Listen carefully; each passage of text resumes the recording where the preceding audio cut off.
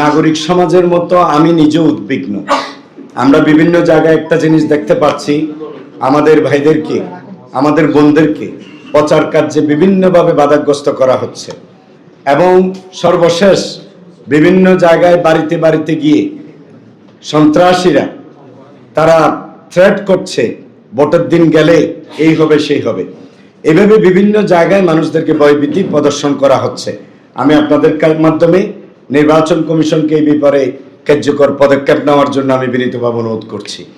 জয়ের ব্যাপারে আলহামদুলিল্লাহ, আপনারা জানেন যে আমি দীর্ঘ ৩৫ বছর আমার চট্টগ্রাম শহরে রাজনীতির সাথে আমি জড়িত।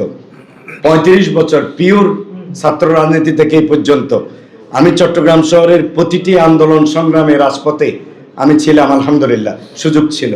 সমাজকর্মী হিসেবে, কাউন্সিলর হিসেবে ভূমিকা রাখার সুযোগ আল্লাহ আমাকে করে দিয়েছেন।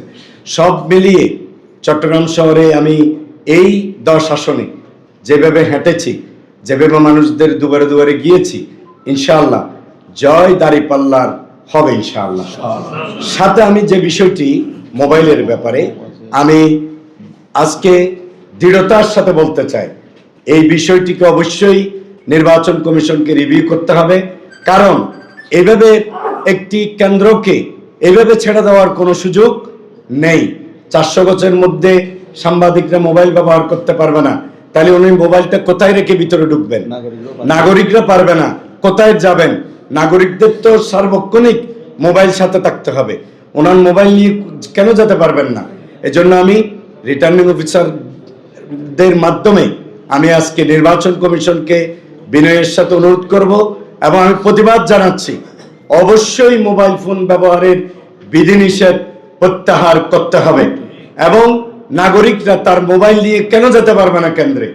এটি বৈষম্যমূলক এবং দুর্বিসন্ধিমূলক বলে আমরা ব্যক্তিগতভাবে এটাকে বিশ্বাস করি। আমাদের দলীয়ভাবে ওই বিষয়ে তীব্র কথা বলা হয়েছে। আমরা আশা করব তারা তাদের সিদ্ধান্ত থেকে সরে আসবেন। এরপরে নাগরিক হয়রানি, ভিতরে 7 জন 8 জন, এগুলো আপনি যেভাবে কনসার্ন, আমাদের কাছে এই বিষয়গুলো ইনফরমেশন আছে। আমরা এগুলোর ব্যাপারে যে কথাটা বলবো ওটি হলো, নাগরিক যিনি ভোট দিতে যাবেন ভোট কেন্দ্রে, উনি বৈধ ভোট হয়েই তো ভোট কেন্দ্রে যাবেন। আমি ভোটার বিন্দুকে অনুরোধ করব, কোনো অবস্থায় ভোট না দিয়ে কেন্দ্র থেকে আপনারা বের হয়ে আসবেন না এবং এটা কোনোভাবেই আপনারা ওখান থেকে আসবেন না। কারণ এটা আপনার নাগরিক অধিকার, মৌলিক অধিকার, নির্বাচনী অধিকার না শুধু, এটা আপনার মানবিক মৌলিক অধিকার নির্বাচনে ভোট দেওয়া, আপনার পছন্দের প্রার্থীকে ভোট দেওয়া।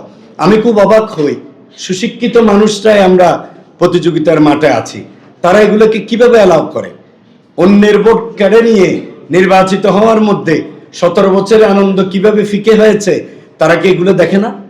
আমি বলবো, যেখানেই আপনারা বাধা দেবেন সেখানেই আমাদের প্রতিরোধ গড়ে উঠবে ইনশাআল্লাহ, জনপ্রতিরোধ গড়ে উঠবে।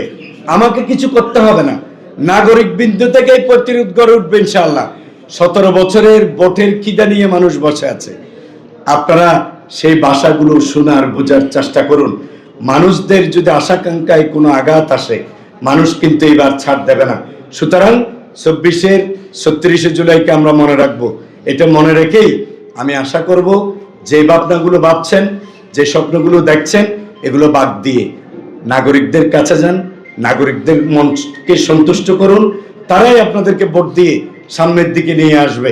অন্য কোনো পরিকল্পনা নিয়ে চট্টগ্রাম 10 আসনে আমরা ইনশাআল্লাহ নির্বাচনে অন্য কোনো চালাকি, অন্য কোনো দুর্বিসন্ধি চট্টগ্রাম 10 আসনে বাস্তবায়ন হতে দিব না, দিতে পারি না, দিব না ইনশাআল্লাহ।